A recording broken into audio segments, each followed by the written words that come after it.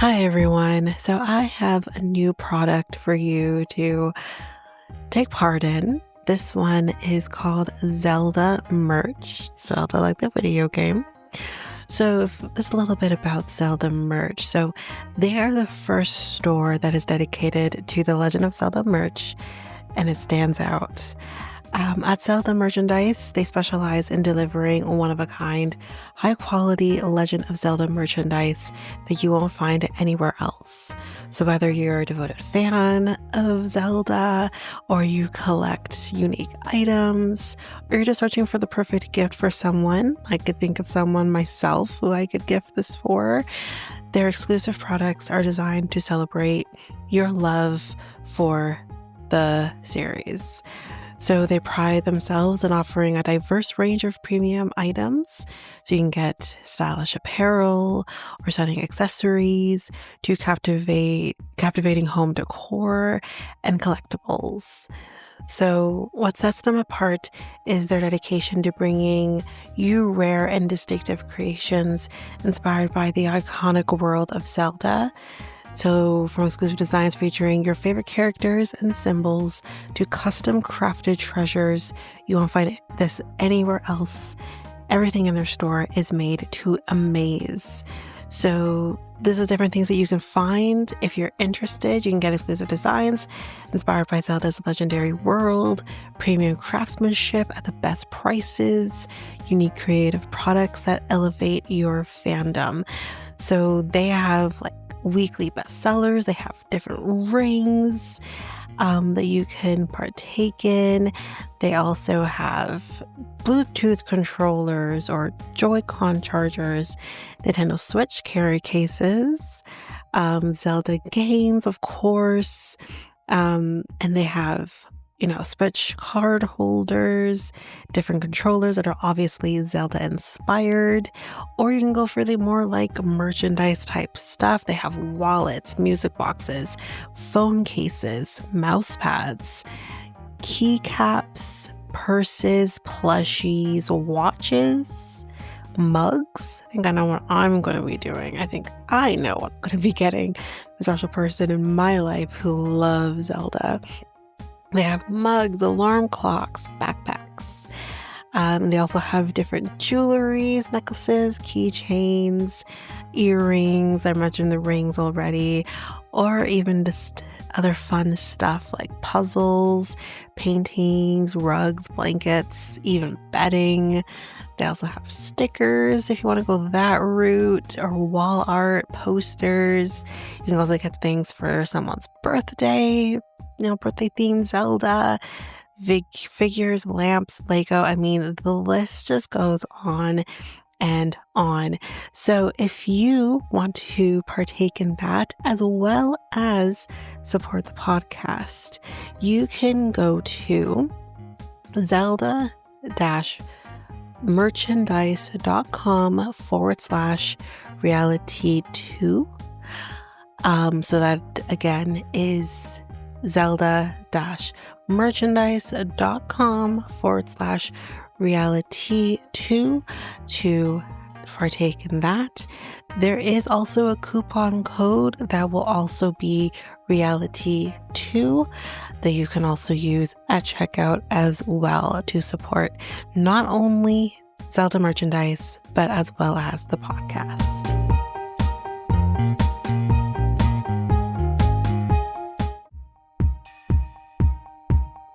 Patreon going strong. If you want to go over there and join in on the fun, we got 3 tiers on Canadian dollars. First tier is $3 a month, where you get these episodes ad free. You also get AMAs once a month, or learn about me episodes once a month. And then on the second tier, which is $5 a month, you get everything from the first tier, as well as coverage of a reality show of yesteryear. That's right now Jersey Shore, currently in season 3. You can also go to the main feed, where there will be the first episode of every season released there, so you can try that before you head over to the Patreon. And then on the third tier, you get everything from the first two tiers, as well as coverage from a true crime documentary.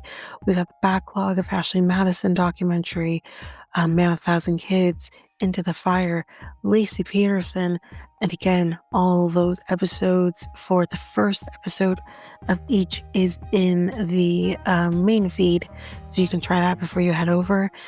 So if you are interested, you can head over to patreon.com/reality times 2 and you can sign up for whichever tier you feel for.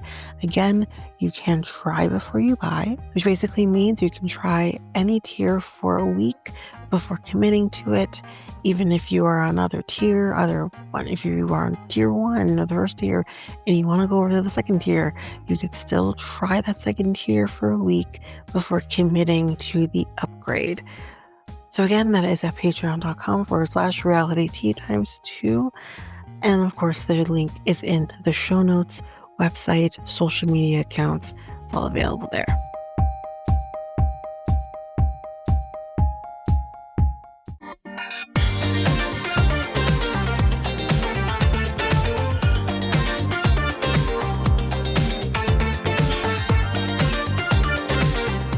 Welcome to Reality T times 2, the podcast where we discuss all the trash reality TV we love to hate. I'm Tanika, and today we're finishing up Love is Blind Season 9 with the reunion. We just jump right into it. Let's get this shit show over with, shall we? Who's Miles Smith? I don't know who this guy is. But while he's singing whatever song this is, we see Megan, Jordan, Ali, Anton, KB, who looks stunning, Edmund, Joe, Madison, um, and she looks incredible, by the way. We have Nick, Annie, whose hair is a little bit better, not gonna lie, a little bit better. We kind of start with Megan and Jordan right off the bat. The lifestyles being so different was part of her decision. Duh, we know this. So maybe I needed to give him more grace. Yeah, I think so. But I dated a lot of potential. She didn't want to date with the potential anymore. He may have been a potential, but he was probably one of the greatest guys you ever had. One of them. I'm just saying. So grouping him in with other men like that is bullshit. Because according to you, you dated a lot of assholes, I guess. I don't know. She says, it hurt to hear when he said that he regretted me meeting his son. Don't you get it? Don't you get it? He says, I get it. That's his son. But he says, let me clarify. It wasn't so much about you. It was about me being on the show with the instability of the show. That I understand. He says, I wholeheartedly disagree that she would not be a great mom. I think she would be. And again, I think that is fair to say. She says, I don't think that now, but I did have a surprise. I'm a mom now. Been hearing the rumblings, not gonna lie. I had him 2.5 months ago, so he's brand new. His name is Brooks. Okay. The dad, whose name is Paul, is actually in the room with us. He's here. He's cute. She says she met him about 3 months after filming, and she got pregnant 3 months into dating him. Real quick. We have pictures. He is the cutest. And Jordan says, I wasn't shocked. He knew. He said some person actually came to him on Instagram to kind of stir shit up. So it kind of prompted him to go to her and ask her. And she was very transparent about what happened. But no one else knew. She kept this on the down low. No one knew. She basically hit herself off because the women are kind of like, we kind of noticed she wasn't coming around as much. She didn't understand why, but like, I guess now we know why. She really hit herself off. And she apparently had a baby shower, but there was no phones allowed. No one could, none of that. She's good. She understood the assignment.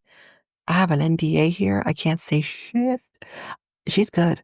Um, he says, so, we gotta talk a little bit about Mike. And he says, Mike came to him and says, so I went on a couple of dates with her afterwards. Of course you did. Of course you did. Maybe that would have worked instead, whatever. But she says, yeah, I did. Yeah, I did go on a date with him, but there was no sparks. There's nothing there. Thank the Jesus. She did see Blake, mainly for him to apologize. There's nothing gonna happen there. Um, and at this point, I'm thinking, okay, are we gonna start talking about the fact that Mike said a lot of disparaging things about Jordan's son? Like, are we gonna talk about that? Thank you, Vanessa, finally, for doing something good here, for bringing up the comments about the diabetes. So we kind of sit here and we have to do an explanation of the differences of the types of freaking diabetes, apparently. Um, Apparently Mike did apologize to him and he says that he donated to a charity. I don't think he donated to anything. Jordan says here, yeah, there are two different types of diabetes. Actually, there's a lot more than two types. There's a lot more. Actually, I talk about this in one of my episodes on Next Day Podcast. Now, which one of them I don't remember, but I think if you were to Google types of diabetes or even Google my podcast and Next Day Podcast with different types of diabetes, it probably will come up. But there's many types. They actually just invented a new one very recently. And again, it has nothing to do with like how you eat or lifestyle or all that. It's very different. But yeah, you have type 1, you have type 2, you have, I think it's called type 3, where it's like the two of them together. Um, you have gestational diabetes. Like there's so many different types of diabetes. Um, so, I think there's 7 or 9, I think. No, it's an odd number. Different types of diabetes. Like there's so many. And not all of them have to do with your lifestyle. Um, and yeah, I mean, again, I don't think you have to be schooled on this, Mike, to know that. Honestly, I'm going to say this right now. I, I think a many different thing here.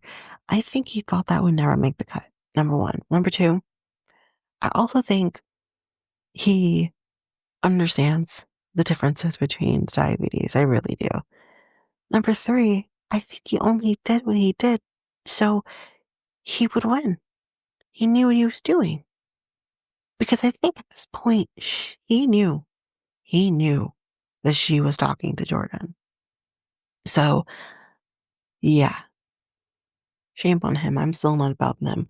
And no, I don't think he donated to a charity. Get the fuck out of here. Anyways, Jordan says, yeah, I said that to two different times. Jordan is still doing the chicken smoothies. It's disgusting, but hey, it's fine. We then bring out Casey, Kate, and Patrick. That's all we have here. So, Patrick, how did that clip make you feel where she says, I don't think the attraction is going to get there? Like that one. He says, it was slightly hurtful, but, I had an idea. Because, I mean, when one ignores me, like, you kind of figure it out. She says, um, or I think he kind of said like something like, it's fine, it's okay, whatever. I can, I don't know, something like that. And she says, it's not fine. It's not fine, okay? Like, it broke my heart to see it. Like, I was trying to protect you. I'm sorry. Can we back up a second? Why are you crying about something you fucking said to this guy? Why is she so manipulative? Why are you crying about it? You said it. You said it. Why are you?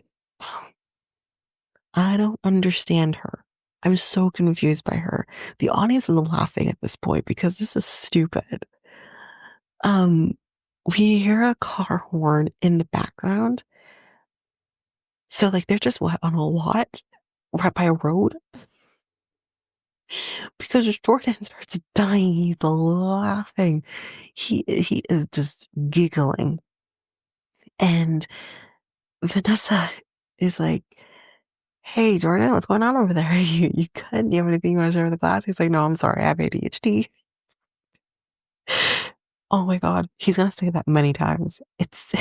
It's it's not because of his ADHD. We're all giggling here. This is ridiculous.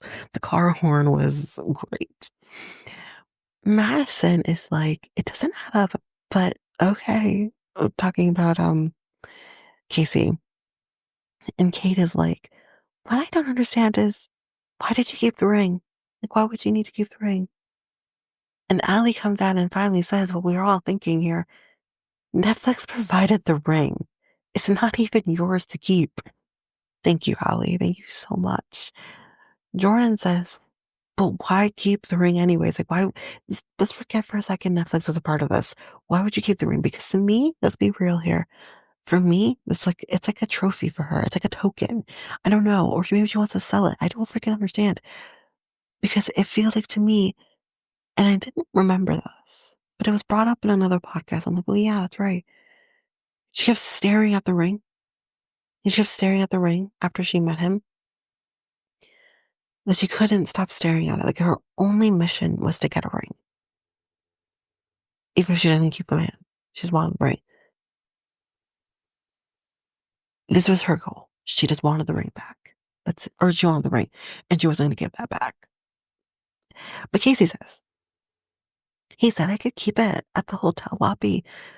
No, no, he didn't. No, he didn't. Patrick says, hold on, hold the phone. Let me clarify. That is not exactly what I said.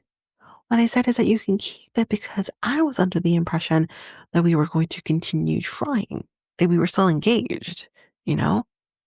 And like, I did too. No, you didn't. Because when we saw the clip 45 minutes before, you had no intentions of making this continue forward. No, you didn't. We saw the we saw the cuties moment. No, you didn't. We're not crazy. She's like, I texted him immediately when I got to Denver, but like he wanted a response right away, you know? And I couldn't do that. He then says, okay, let me clarify. He said, or sorry, I think she's trying to say he then said, like, let's just be friends, give me the ring back. Like he was abrasive in that way. He says, well, I want to clarify again. I want a clarity. And she couldn't be truthful about whether she was in or she was out and the reasons behind why she was in or out. She couldn't be truthful about that. So I said, okay, let's just be friends. Let's take the pressure off. Let's just be friends. And yeah, I am going to ask for the ring back because it's Netflix's ring. So I'm going to give back to them. Um, he says, you know what? At the end of the day, though, ma'am, this is a perfect platform to apologize because you've been getting a lot of hate. This is a perfect platform for you to apologize, not only to me, but for the audience, for the viewers to see. And she's like, I left you in the pods. You left him when you didn't know what he looked like. Even though I was like just a distant second. Oh, okay. So now you want to add Anna to the mix. Yes, you were a distant second when Anna was there. Yeah, you wouldn't have been picked. You wouldn't have gotten that right. But then Anna left and he continued with you for whatever reason. But let's be very real here. If he left, ma'am, you wouldn't have even gone anywhere. As far as we know, you had no other connections. So yeah, like what? But he says, okay, well, let's listen. Anna left day 5. You were still there. We worked this out. I chose you at the end of the day. Like this is how the show works. This is how this works. There's not a single person on the stage, besides maybe Allie and Anton, who, or maybe Matt and Joe too, who weren't in a love triangle towards the end. Like, give me a break. Then we go into the fact that she's apparently getting death threats. That is horrible. No death threats should be over this show. Listen, we all need to rethink life. If you're really going to throw death threats at somebody, over this fucking show. Now, do I think she okay, here's what I'll say. Do I think you can be racist when it comes to the physical type that you prefer? Prefer. I'm not saying would go, but prefer. No, I don't necessarily think that's the case. In some cases, yes, but I don't think that's necessarily the case. Just like I said, I have no issues with Asian people, Asian men. I think they are very attractive. Um, but for me, I tend to gravitate towards black men. That is what I prefer.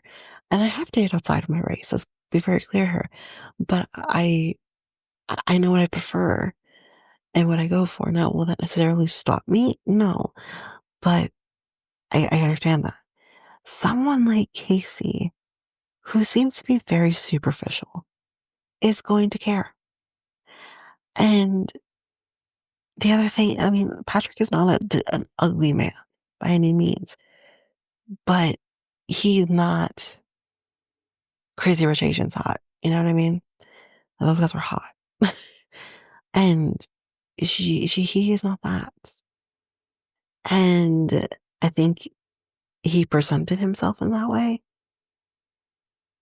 But at the end of the day, she's allowed to not be attracted to somebody. And, we saw it with Joe, like, you're allowed to not be attracted to somebody.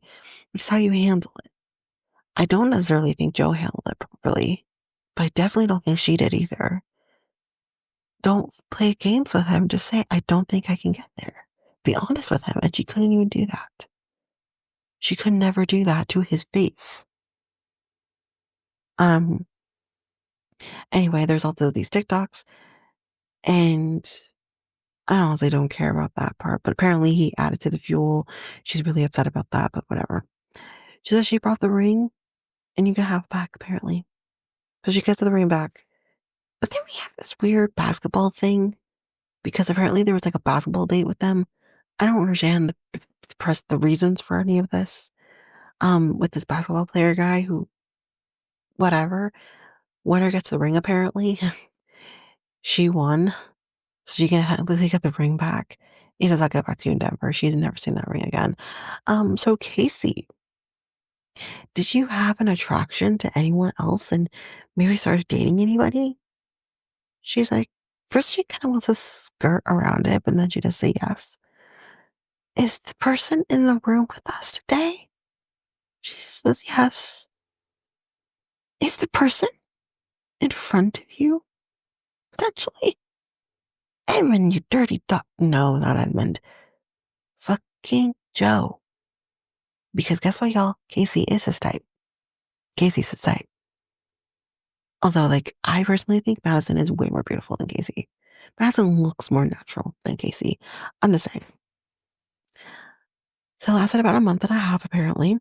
Madison looks absolutely disgusted, mind you. They apparently did date in the pots for a short time. Madison knew about that. I think she knew about that everything. And she says, I think their connection affected my engagement. And Joe looks like, what? Like he fully doesn't understand, but she explains. So I'm going to say what she says. And I will connect it because I believe her. So here's what's the night of the dress and tux fitting or shopping.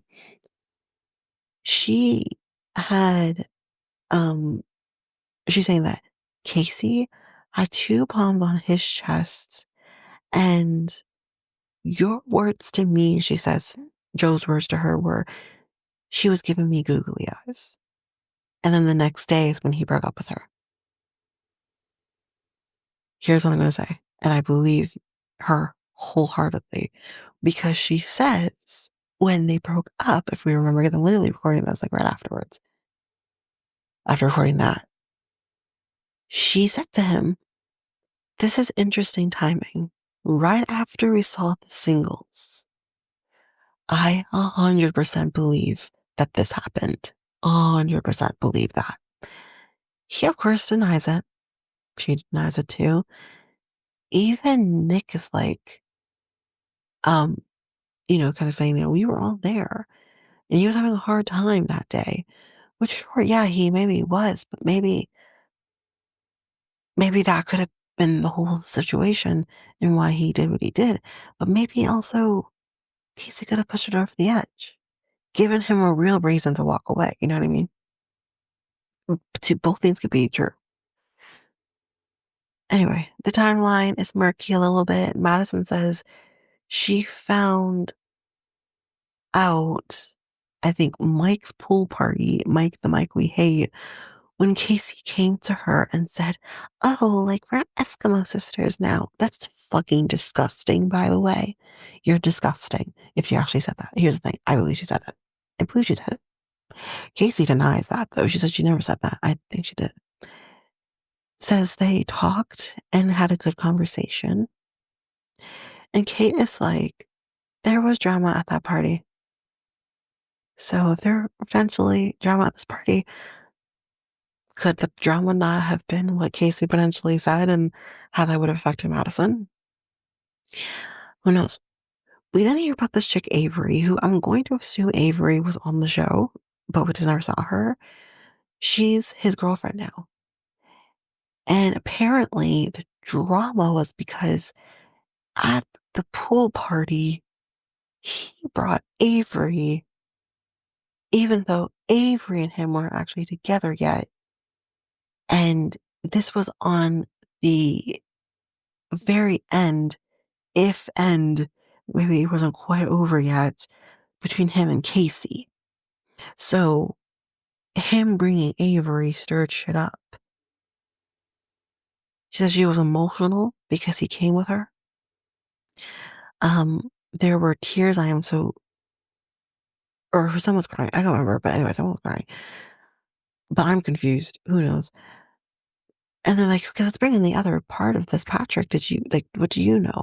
Patrick's like, I don't think I even knew. Because I don't think he gives a shit. He's like, I got drunk. I got wasted.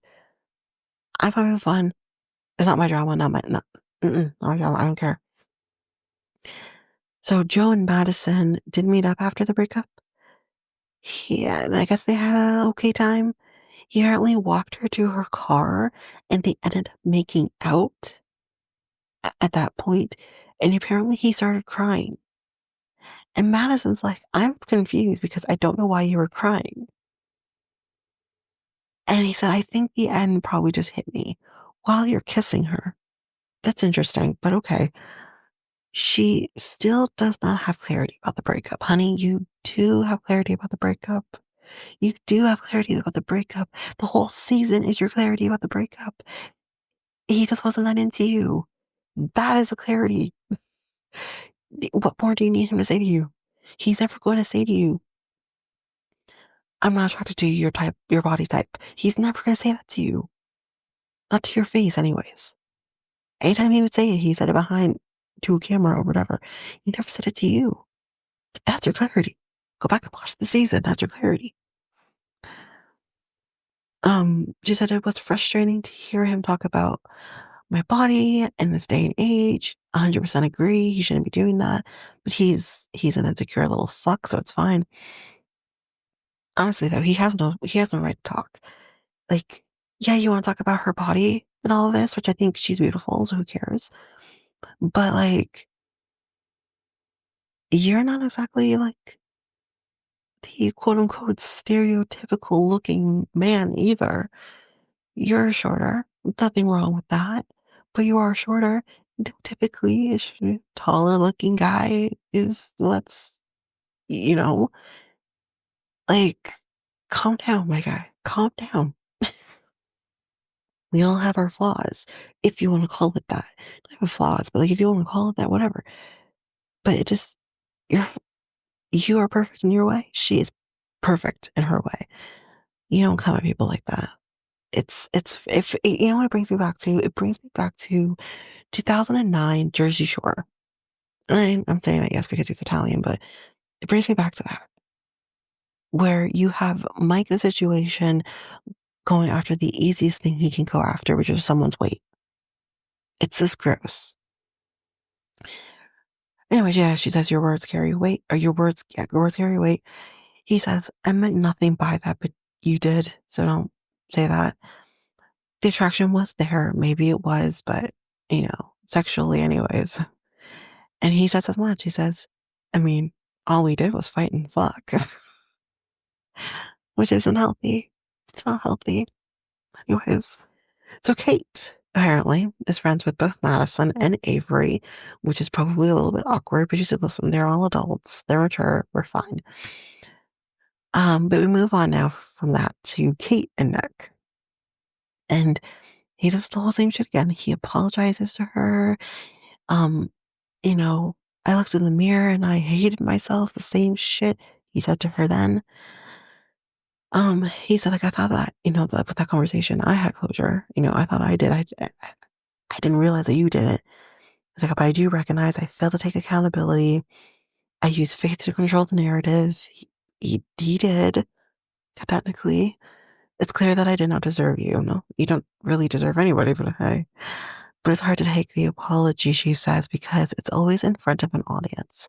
It's never, you messaging me or asking to call me or whatever. It's always in front of an audience. And it does feel calculated. She says, watching the pods, I don't think he wanted a wife. I think he wanted an audience. That's all I'm going to say. We move on to Annie. And they ask her, like, do you think he was love bombing you? And she says, listen, this was an accelerated process. You are quick to say I love you. That doesn't change the fact that he can't love bomb you, though. Okay? He says, you can throw me under the bus, it's fine. And I think Nick does say, like, why do you feel a need for her to do that, though?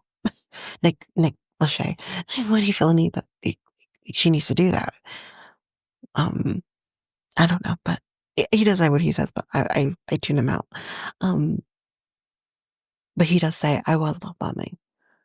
But do you believe you were love bombing? Like, really? Kate says it wasn't so much of what you were saying, but how you were saying it. The corny things you said, which is true. He said a lot. It felt like you went to ChatGPT. What is the things that I can say to women to win their hearts? Like, that's what it felt like. And Kate says, I think you're genuine now. But then again, who knows? Because I thought you were genuine then. But then Annie comes in and says, well, I actually disagree that he isn't being genuine. He is being genuine. Why are you defending him? Why are you defending him? Look at the way he did this breakup with you. Why are you defending him? um, she's like, I was dating two people at the same time too. But you weren't love bombing either of them, though. You were just being stupid. You just went towards the person. Listen, Nick love bombed you and he succeeded. That's the thing. He got what he wanted. And you just took it all in because you were so desperate to take it in. And mind you, though, maybe she would be more upset if she thought that she missed out on something else. But she doesn't think she missed out on something else. We'll get to that in a second because I do ask her. And he says, watching myself back with the breakup is me not wanting to let go. But I see now I was forcing the whole relationship. She said during the breakup, she was texting her friend because apparently this friend was going to be coming into Denver to be a part of the dress picking out. And she basically said to her, like, or the friend's like, should I still come? And Annie was basically like, no, don't come. Like, that's basically what that was. She says her and Nick are friendly, and she does not wish she picked Brendan. And I think you're stupid. I think you should have picked Brendan. You want to talk about the fact that you wanted to be married? Brendan was your guy. Brendan was your guy. Yes, I can understand that maybe he had a little bit of work to do in terms of expressing himself, but I want to give him grace. I think he knew that it wasn't going to be him. So why should he put himself out there if he knows it's not going to be me? And I think he was guarding his heart. I don't think there's anything wrong with that. So I'm going to give him the grace. If she won't. So Joe and some guys apparently talk shit about Nick, which I do kind of remember. And Nick says, I texted him about it and, he said it's good, You got enough going on. um, this is basically what Nick said to Joe, and Joe says he apologizes, and he just, felt Brendan should have been there, and I 100% agree. Brendan should have been there. Kate is single as a Pringle, and Vanessa needs to be so goddamn literal that I makes me hate you again because she says, Pringles aren't single. Don't they come with other ones? Bitch, it's a thing. We've been saying it since I was in high school. It's a thing. Like, what? I used to say it all the time. Anytime I was single, I'm like, I'm single as a Pringle. I haven't said that in a really long time. And I'm not planning to say it anytime soon. But she said, I dated Brendan for a short time. It was a disaster, apparently. Jordan is being Jordan, laughing, which is great. It gives this still a little levity, which I love. And he's like, I'm sorry, I have ADHD. Oh, he's so funny. I love him. Apparently, she went to KC and everyone was like kind of hyping her up for Brendan. So the disaster isn't so much Brendan per se, but I mean, partially, but she went and they were like hyping her up. Yay, Brendan. And then Brendan and Casey were all over each other. Casey's like, oh no, no, no, that's not true. That's not true. Nothing happened. It didn't happen. I 100% think that could have happened. What? Why not? Patrick apparently was there. She said that Patrick was there, and Patrick's like, whoa, whoa, whoa, whoa, whoa. No, I wasn't. I wasn't there. I didn't see anything. Leave me out of it. What she was trying to say is Patrick was still there in terms of like emotionally, he and I guess relationship wise, he was still there. And I'm like, you guys were never in a relationship past the pods. You you you guys were only together for 10 days. That's it. So what? Um, but she said, no, that is not true. We're cutting that out. Or that's not true. We're cutting that out. I 100% think it's true. All right, let's move on to Allie and Anton. So, what about that combo with Allie and your friend's girlfriend, Melissa? And he says that was crazy. I mean, I only met her twice. Like, she didn't know me. I think she only wanted her 15 minutes of fame, and my God, she got it. Have I been to strip clubs before? Absolutely, yeah. But she goes to the bathroom and tells her about all of this instead of just doing that at the table in front of me, and I could have addressed it. Ali says, I realized that I didn't have that combo with him. So let me stop here for a second, y'all. This thing you are so hell-bent on, this thing that's probably partially the reason you chose to not marry him, you didn't even have that conversation with him. You didn't give him a chance to debunk it or speak to it or nothing. I'm a little pissed off, not gonna lie. I'm a little pissed off because why didn't you have this conversation with him? You didn't give him a chance in hell to either redeem himself or anything. Like, I'm a little ticked off for him. I'm not gonna lie. Now, would it have necessarily changed the outcome? No, not necessarily. But I feel for him. Why did you not have this conversation? This person is disparaging him and you didn't even have a conversation with him. What the hell? Like, what? Um, she says, I think strip clubs are fine for certain people. And he says, when the cameras left, she mentioned that there was a conversation, but never told me what the conversation was. So Meg says, kind of what we're all thinking, if it bothers you so damn much, why not bring it up? And she says, I think there was a lot going on, with work, the experiment, wedding, but all that. That's excuses. I'm sorry. I mean, maybe she had to work that night. Maybe he had to work that night. I don't know. But you find a time to bring this up. Even if it means on a break, if you get one, which I'm sure nurses deserve breaks, but it makes you wonder how many breaks they get.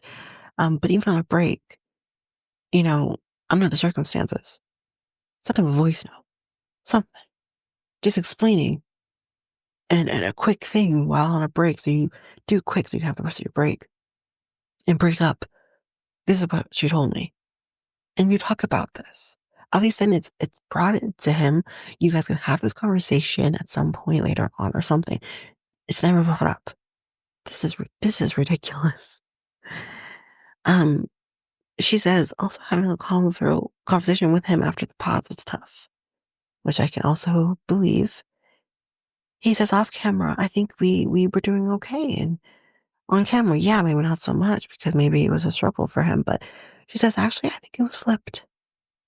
Actually, I feel like it was probably either or. But hey, he would come home, not even greet her apparently, um, which is not cool. We talk about her friends talking about him providing. She does explain like one of her friends are Ukrainian, so very similar to his background, and the men provide. Um, but she does say it didn't shape her decision. And I don't believe that did. I do believe her. She says, when he wore flip flops in Baja, was it for me? Wait a minute. I'm waiting for I'm joking. The joke that never comes. That never comes. Is she serious? Is she serious? That the reason she chose not to marry him was because of the flip flops? Is she serious? That pissed me off. That pissed me off. I hope she's joking. But if she's not, that pissed me off. Anton is with someone for about a year now. Her name is Miranda. She's here in the room with us. And Allie wants to keep her personal life personal, so she's not telling us anything, which is fine. We got KB and Edmund. So in the pots, he became my best friend, she says. We were not trauma bonding because apparently people think that they were trauma bonding. I don't ever think that. I can honestly understand he may have had an anxious attachment to her, but I don't necessarily think she was trauma bonding. She talked about her dad once. I honestly forgot about that. So I don't think they were trauma bonding. um, she says, when he would do something wrong instead of being accountable, he would cry and drop to his knees, and I knew that was manipulation. He regrets the drop to the knees part, but that's okay. She's like, I know he was when he said, oh, the tears are gone, but instead he became a butthole. Her word. He became dismissive, which we heard a lot of that word being thrown around at him. I was crying to him. I was boo-hooing at him, and he would just walk away from me. He would, what? That's not right. He denies this, of course. And she says, I will talk to you off camera, and off camera would get frustrated with you as well. And I looked like the angry black woman you created me to be a fucking stereotype, which is and that's the part, because I was getting annoyed with her. I was getting annoyed with her at the thing, and I'm like, what is your problem? But after a while, when this was started to build up, I'm like, oh no, something's going on with him. And I was, flipping. Um, but like, it's not right. Shame on him. Then Edmund says, I would try, and I think sometimes you knew, she was PMSing and she couldn't. What? Everyone in that on that stage is like, so I'm sorry. You're classifying the fact that because she's on her fucking period is this reason she is the way she is? Fuck you. That's mm-mm. At this moment, I was out. I'm like, I'm done. I'm done with Edmund. Don't worry, it will come back, but never ever say that again. Never say that again. Nick is trying to say, is it possible that he is just very emotional and not manipulative? Because he says, I'm an emotional person. I mean, listen, if you heard the songs he sang back in the 90s, I could totally understand that. But he's a kind of an emotional person, and I think he likes to think that he wouldn't be manipulative. And it's true, you can be emotional and not be manipulative, but that is not what it looks like he's doing. It looks like he's using his emotions to potentially manipulate, or maybe not even manipulate. And then again, based on what she's saying, then yes. But maybe he's just so unaware. I don't know.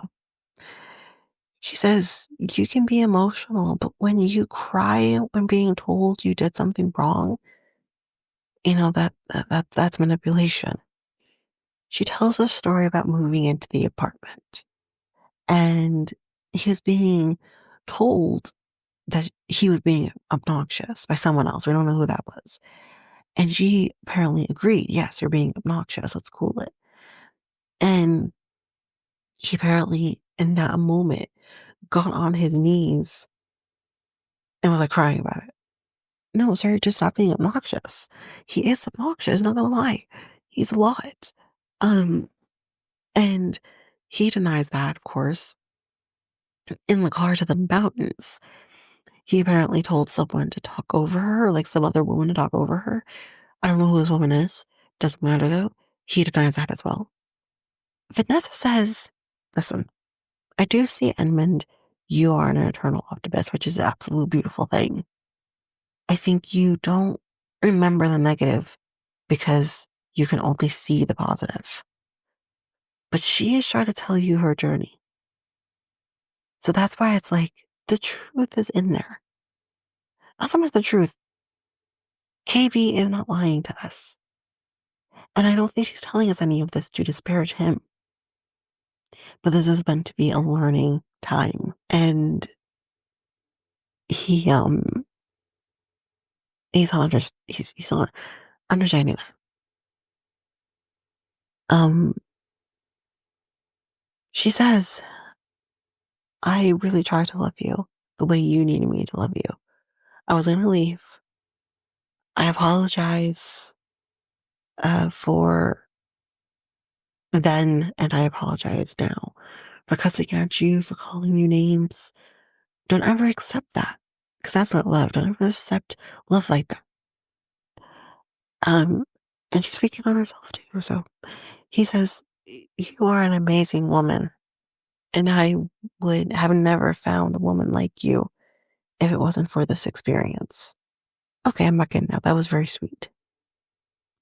So let's end the show with chicken smoothies, y'all. Oh no. Mm-mm. We're not going to do that, but it is Jordan's birthday. Happy birthday to Jordan. But here comes Blake with protein ice cream, which is very cute. It's the first time we're seeing Blake since he left. So I forgot what he looked like.